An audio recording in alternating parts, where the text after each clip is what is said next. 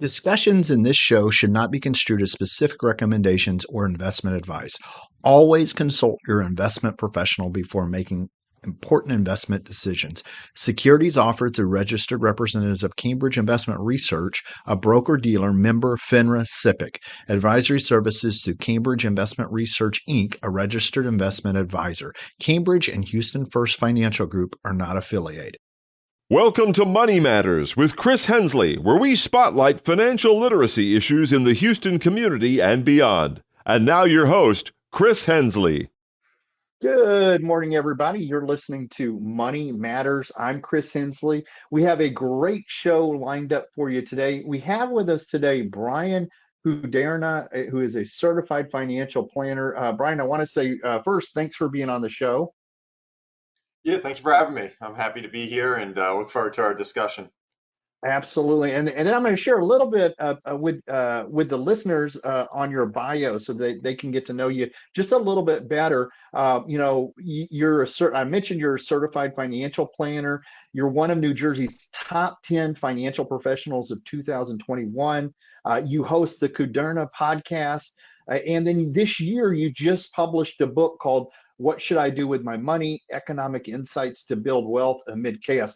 That's a lot. Yeah, I've been keeping busy. And to full disclosure here, one of the reasons that I invited you on the show is when I was looking at your podcast, I saw that you had interviewed Boss Rutten before, and then I noticed that you were into jujitsu, which I'm also into jujitsu. I said, okay, another financial advisor into jujitsu. This will be a good conversation. So full disclosure. Awesome. Yeah, Boz is a great guy, and yeah, Jits is it's fun. It's a great sport to keep up with. Absolutely. And so I know not only do you do jujitsu, but you've also competed in the Ironman and other marathons as well. So I know we'll kind of dive into that. But let's start with, can you share a little bit about yourself? Maybe something that I haven't mentioned already with the listeners so that they can get to know you just a little bit better. Yeah, I mean, I think you hit some kind of key points. I'm a Jersey boy. I was born and raised in Jersey, right by the shore. That's kind of where I'm from. I went down to Tampa for a bit to the University of Tampa, then ended up transferring back to the College of New Jersey, and ultimately that's where I graduated with a degree in finance and economics. And then always wanted to be an entrepreneur. I liked finance, I liked investing, I liked that conversation. So I just kind of about 2008, I got right into my role that I'm in today. It started as an internship, and then I just built my private practice and like you said, kind of been juggling that with a lot of different athletic endeavors, family life. I got a wife and 3 kids, and our dog Kona. So yeah, it's never a dull moment. Nice, nice. And my eyes are being drawn to the comic books behind you. I'm a big comic book fan there, so I'm going to give you a thumbs up on that as well there. Oh, thank you. Yep. So let's dive right into it because I think you have a lot to offer the listeners as far as on the finance side for sure. In your experience as a certified financial planner, how has a lack of personal financial education in our school system impacted the financial decisions of individuals that you've worked with? Yeah, that's a great question. And I got to say, from kind of seeing the glass half full, I think things are getting better.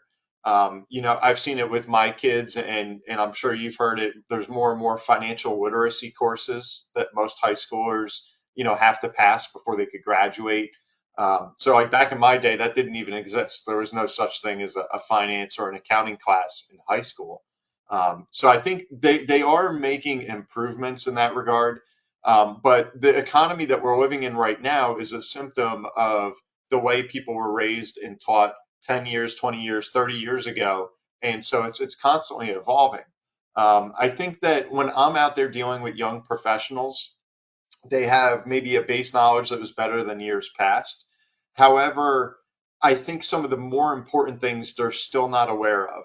And what I mean by that is I might meet with, a young 25-year-old that's settling in his career, starting to do well, and they want to talk more about maybe investing in Bitcoin or a meme stock or something like that they may even know quite a bit about. But then when we talk about, hey, how you doing with that credit card balance or what kind of down payment you think you're putting down on your home, where do you want to move? some of these things, it's like Greek to them. And so it's almost like they're putting the cart before the horse with some of these conversations. Because I think, that stuff, talking about the hot stock is more exciting than talking about your credit score. So I think that's where maybe as a society, we have to get back to basics, some of the boring stuff that we all need to know. And then, as a kind of side point to that, I think really impressing upon young professionals the value of the dollar. And I think the best teacher for that is starting to work early. When you're able to work at 14 or 15, I really think that kids should be. And when they get that paycheck and they're actually using their own dollars to go buy their new sweatshirt or sneakers, that just understanding the value of the dollar, you can carry that with you through your whole life. And that's not something you just get in school. So those are the things in a nutshell that I think help a young professional. I love it. I couldn't agree with you more. We've given my son a debit card that where he gets his allowance, it's connected to the debit card. And when he asks us for something, we now say, okay, if you have to put some of your money on it, do you still want to buy it? And that the decision making changes. He's like, Yeah, oh, wait, that's a little bit something different, right? So yeah. that is extremely true. You mentioned a lot, so let me unpack some of the stuff that you just told us there. You talked about the basics, but you said boring, but sometimes those fundamentals and the basics are what we need, right? And you talked Mhm. about, some of this younger generation wanting to talk about Bitcoin and meme stocks, but then, maybe not focusing on things like credit card debt and things that they need to do right up front there. So a lot of really good information there. Let's keep going here. What financial advice do you find yourself repeatedly giving to young professionals, and how does it tie into the concepts of your latest book? Yeah, so for young professionals, I mean, even to take a step back, I'll answer this a couple ways. I have a pretty simple planning process. I always say protection first. All right, so you want to think about the things that are time sensitive, insurances, things like that. Get your house in order before you have any problems. While you're young and healthy, take care of yourself. Then the second thing is, building a good budget. How much are we saving a month? How much do we have in the rainy day fund? Things like that. Then the third item is going to be really focusing on any like toxic debt, the credit cards, the high interest debt, some stuff like that. And then the fourth one would ultimately be the growth side or wealth accumulation. And that's where we get more into retirement planning and brokerage accounts and things like that. So I start there with a young professional. Let's have a process. Let's not just bounce all over the place and kind of, tackle what tickles our fancy. Let's follow a real process here that's proven to work. So we typically start there. And where that relates to my book is in my book, I try and, what should I do with my money? I put this kind of umbrella around all the most important economic issues today. And I always tell people, I'm like, if you want to have an impact with them, you got to be smart with your money. All right. If we have no money, it's like we don't have a ticket to the game. We don't get to really cast a vote, a meaningful vote, if we're sitting on the sidelines and we're not privy to what's going on in the world. And then those same things that we might want to try and be able to affect, they're having an impact on our money every day. So it's a two-way street that I think people really ought to get educated on, both the micro and the macro, and understand how those kind of go back and forth, to really impact your everyday decisions. I love it. I love it. So, what you're talking about, you said micro and macro, but in the way that you described it in the book is the umbrella, and you're kind of putting everything into the context of the different economic issues that are currently going on, but you give them a process which involves number one, protection, two, budgeting, which everybody hates budgeting, but it's so necessary, right? Right. Toxic debt, talking about toxic debt, and then ultimately growth and the growth side, whether that's retirement, brokerage accounts, stocks, what have you. I know a lot of times people like to start backwards. They want to come in and start talking about the stocks and the growth first. And Yeah. these fundamentals, this process that you have in place to help them really is a great thing to get them on the Yeah. right track. And I'm gonna, even if I could just kind of yeah, like on that same point, a lot of people might be surprised. My book is titled "What Should I Do with My Money?" And personal finance is the very last chapter of the book. And, at face value, you'd say, I don't get it. That seems like backwards. But what I lead in with, what I try and, encourage my readers to understand is that whenever I sit down with a client, whether they're just getting started or they got $10 million, they say, hey, what should I do with my money? I give them that answer, all right, which always is different based on who's across from me. And then inevitably, they're always going to say, okay, well, why? And then I start to answer that why. And then they say, all right, that makes sense, but why this? Why that? And then those answers dive into economics. All right. And that's where all of a sudden we're talking about foreign issues, we're talking about taxes, we're talking about politics. And so that's why the bulk of the book is kind of some of that other stuff that we need to understand. And then we can answer that why question. And when we do, then our financial moves start to make a lot more sense. That makes a lot of sense to me. I'm gonna pivot a little bit from what we're talking about because earlier we mentioned a lot of different hats that you're wearing. How do you balance the demands of being an entrepreneur, an author, speaker with your personal life and then staying physically active? Yeah, so it's time management is the main thing. In routine, I think a lot of the very successful people I've seen have a routine that they stick to, and it's something that I appreciate. Like I try and tell, folks that I've mentored or people that ask me like, "Hey, what are you doing?" I think a routine is so key because it takes a lot of the guesswork out of your day. And there's so many different things competing for our time that if we don't have that to-do list or that roadmap, we can just chew through half a day and then you look back and say, what did I do? I can't really remember what I did today. So I like to wake up early. I wake up, the same time that our kids are getting off to school, 6 o'clock in the morning. I do the dishes. That kind of Right. gets me going. And then from there, something I actually heard in a interview with Hugh Jackman, the guy that plays Wolverine, and he said before he hits the chaos of the day, he likes to get a cup of coffee and then just read for no other purpose than pleasure for like 30 minutes.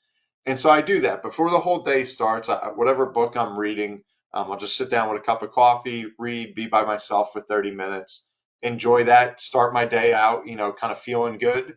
And then from there, that's where I start to attack the day with, and it's based on my schedule. It could be business, meetings, podcasts, carve out maybe a few hours for writing. And then the gym is either happening because I'm, an entrepreneur, I kind of customize my schedule. So it could be Yeah. first thing in the morning one day, or it could Yeah. be in the lunch hour, that varies, but I always build fitness, into my day. I love it. I love it. I'm smiling here. Just the routine that you have in the morning, these rituals, these are fascinating to me.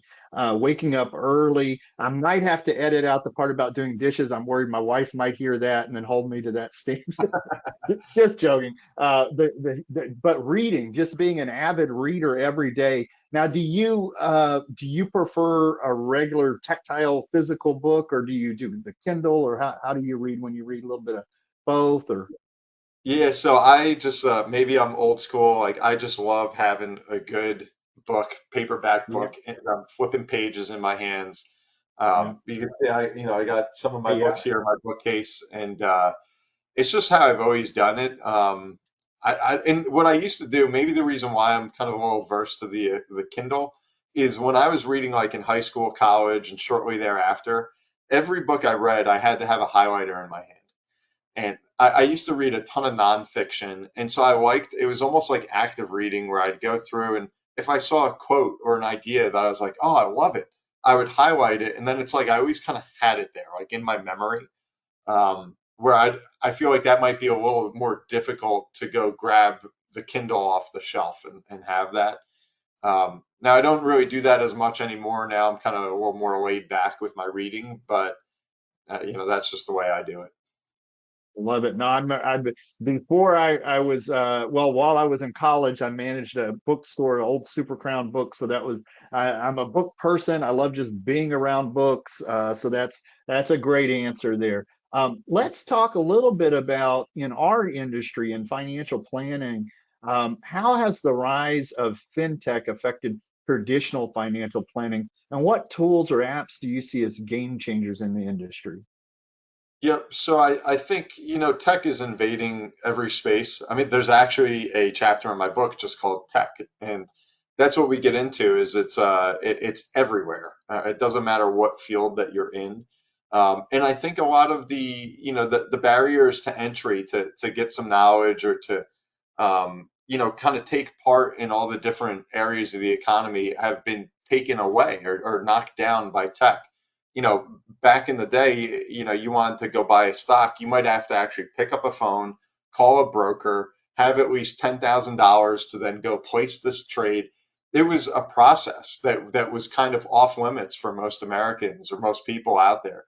Nowadays, with tech, it's like there's good and bad. I mean, the good thing, yes, it's now available so many different things to the masses. But on the flip side, I always say there's a lot of information out there, but there's not always a lot of wisdom. And so you could go tune into one of 1,000 podcasts or read one of 1,000 blogs that somebody out there, maybe they're credentialed or maybe they literally just opened it today, this morning, and they're just spouting their opinions off there. And then because of technology, somebody can gather that information or that knowledge, if you will, and then they can actually act on it with a couple clicks of a button on their phone. They could open up a new account with some wirehouse with no minimum, and then boom, they're actually investing real money in something that some guy they never met before was just going off about on a tangent on his blog. And so, what I think is just as a financial advisor, you're seeing more of that. The questions that I'm getting is just kind of an overwhelmed audience that there's so much noise out there from major media and the 24/7 news networks to the blogs, the podcasts, the Reddit feeds, you name it. There's so much out there that I think a lot of individuals are just like, I don't know where to start. I don't know which one to read, which one to follow, but they want to do something. And sometimes, they either have paralysis by analysis or they might go the other direction and they make a mistake thinking they knew something that perhaps they misunderstood. So it's having a huge impact. And I think that's where the financial advisor or the CFP can come back in and say, okay, it's good you're educating, it's good you're self-educating, but now let's kind of cut through some of this to find out facts from fiction. I love it. I'm going to piggyback off of that because everything you just said, totally agree with that. You gave, two choices. People sometimes are got paralysis by analysis, right? They're over analytic and then they do nothing, or they are proactive but they make bad choices, right? Yeah. And you talked about financial noise. Really, technology is acting as a magnifier for that, right? Mhm. You and I both know that anybody can go out there and call them. This is one of my biggest pet peeves, financial coach, right, or money coach. You Yeah. could call yourself that, but if you don't have the licensing, if you don't have the experience, you're really entering bad stuff out into the atmosphere here, where people Yeah. can act on it and make some really poor decisions there. So we started by talking about technology, and I could see how technology is just in some ways making that worse for sure. So these are all important reasons for people to tap an expert like yourself on the shoulder and say, hey, we need help, especially the getting rid of that financial noise, that filter is a Mhm. huge thing. So thank you for doing what you're doing there. Yeah. Let's keep talking about technology there, and go just a little bit further, because now you can't get on the internet without seeing something about AI. Where do you see the role of human financial advisors heading into the age of robo advisors and or AI? Yep. So it's changing. I mean, that goes without saying. I think a lot of the things that a financial advisor used to be, again, going back to those barriers of entry, they used to kind of hold a key to open up the gate to say, okay, now you can invest or you could get this product or whatever it may be. Since all those doors are effectively open through technology, I think a lot of these things are becoming a commodity where whatever insurance or whatever investment a tenured CFP could show, yeah, you can go get them on the internet or someone day one could provide for you. So when you couple the availability factor also with the information that's brought about by AI or robo advisors and things, I think that again, I think that there's a use for it. Okay, but I think that the person at the end of the day is got to make a decision. All right, the robo advisor isn't going to do it all for them. Eventually, you're going to have to say, okay, I'm handing over my money into whatever platform, or I'm answering a questionnaire. And then I think that's just one thing. I always say there's the financial element or component, and then there's the emotional side. And when you kind of draw up a plan in a laboratory, maybe AI or a robo advisor can do that. But then when the world starts to spin and life unfolds, now there's all these different things going on that maybe we weren't ready for. And it's almost like we need a friend. We need someone to say, hey, Joe, hey, Chris, you may not want to do this right now, or maybe you should consider this. And have candid conversations of the pros and cons of all these different decisions, and that's where AI can get better and better, but it's never going to be human. And that's where I'm not worried about my job. That's what I tell people. My job will change, and maybe there's certain accounts that will be available through other avenues. But I'm not at all worried about being put out of business by robots that will never be a person that we can connect to. Love it. I love it. Yeah, that's the exact feeling I had. The technology part of it, that's a whole nother bigger discussion. But as far as it relating to us as financial advisors, they talked about robo advisors for many years now, and what happened there? You've Yeah, got some people using robo advisors, but it was almost a non-event for my practice, like yeah. It's true. personally. And So just as almost like proof of that, I can't tell you how many people have come up to me and said, hey, Bry, what's your take on this robo advisor or this platform or this piece of AI?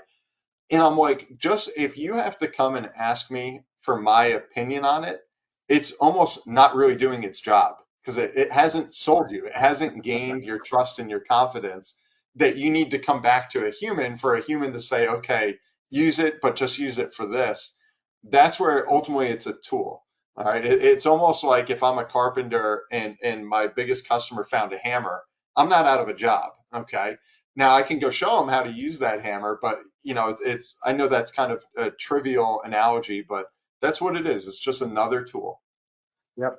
I totally agree with that. I see it as a tool. It might even amplify some of the things that we're doing, but it's not going to put us out of business there. So I would just piggyback and on that. I'd agree with you 100%. I'm going to move a little bit. I'm going to step back a little bit and go back to the book here. I know that you talk about building wealth amid chaos in Mhm. the book. Can you provide an example of a financial principle that's particularly relevant in today's uncertain economic climate? Sorry. Sure, sure. So I think one of the timeless ones that you hear about is, dollar cost averaging. That might be a good example of, and all that, for people who don't know, that's making systematic investments, whether it's every month or every quarter, so that you're taking the emotion, you're taking the guesswork out of your plan, and you're just essentially following a process. And then the idea of dollar cost averaging is that if we put in the same amount in the same periods, we're buying less of the market when it's at a high, and then we're buying more of the market when it's at a low, and we're kind of smoothing these entry points. So the reason I just throw that one out there is, again, it's removing emotion, and it's just saying let's just follow the exercise.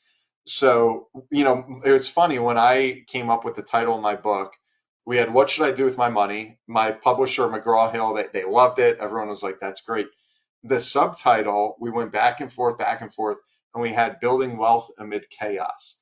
And one of the editors was like, all right, well, as we're starting to write this, in the middle of COVID, it's perfect. I mean, it's as chaotic as hell. But what happens when we get out of COVID?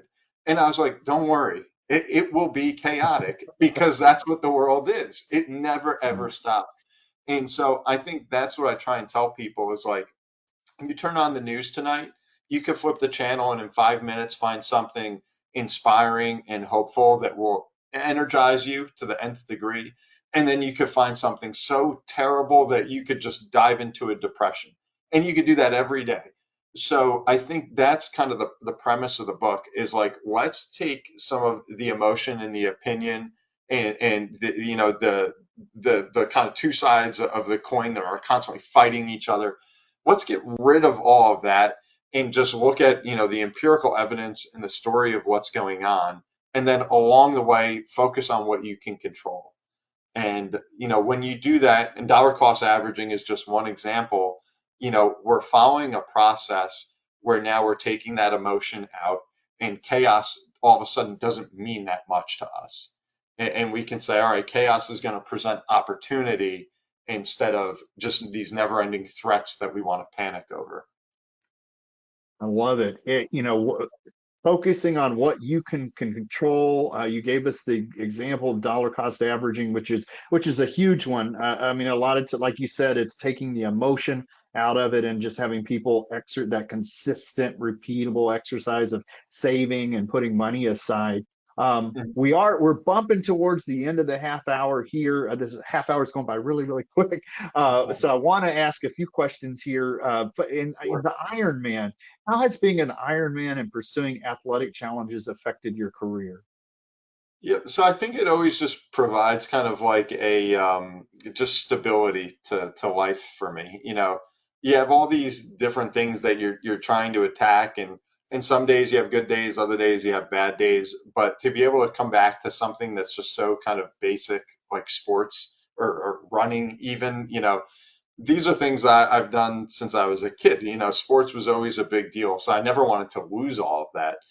So when I was done playing competitive sports after college, I was just kind of searching for like that next thing, and that's where on a whim, I signed up for the National Marathon in DC. I went and I did that, and I was like, all right, I kind of checked that box, and then everyone's like, oh, how are you going to outdo that? That kind of came out of left field. So then the next New Year's resolution was like, all right, I'll try an Ironman. I've never done any triathlon or anything like it, and I think just doing those, if I look at back in like 2015, the year that I did the Ironman, it was a great year in business. And a lot of people said, dude, you're training for like the hardest thing in the world. How do you even, do you even go to the office? And I'm like, yeah, I'm working better than ever because when I'm at the office, I'm 100% dialed in. And then when I leave the office, it's training time. And it's like you re-energize the physical side, then you re-energize the mental side, and you go back and forth. And it's kind of like everything rises together. So that's where I'm just such a huge proponent of just fitness in general. Bryan, thank you so much for being on the show. You shared a lot of really good information with us today. Is there something that I forgot to ask you that you'd like to share with our listeners today? Um, no, I think we kind of covered a lot there. I think what I would just tell listeners is, find out what you're passionate about. That should be something you kind of reevaluate from time to time. Just kind of take the pulse and say, hey, am I on track for ultimately what I want to be doing with life? I know that's a big thing, but I think it's good to kind of have those deep conversations or introspective thoughts from time to time. So just kind of touch base with yourself, and then kind of bring it back to the basics and have that routine. And I please encourage everybody to go check out my book again called "What Should I Do with My Money." I talk not just about wealth in the context of money, but wealth as a state of well-being, and that's where I think it's applicable to everyone. And if you like history, if you like economics, then you'll really enjoy the read.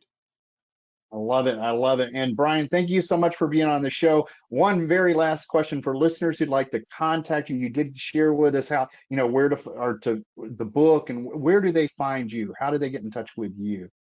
Sure, sure. So they can check out my website is www.bryankuderna.com. So if they check that out, they can see a lot of what I have going on. They could sign up for my newsletter. It's called Weekly Wealthy Wisdoms. They're more than welcome to check that out. Free newsletter every Monday. And then anywhere on social media, if you search Kuderna, I'm probably going to pop right up. And you have the podcast as well. So if they search Kuderna, they might hear the YouTube version of it or the MP3. Either way, they can find you Yep. there. Yeah, Bryan, that's thank you what so I'm. much. Thank you so much for being on the show. Thanks for sharing with us today. Have a good rest of the day. All right. Thanks a lot, Chris. Take care.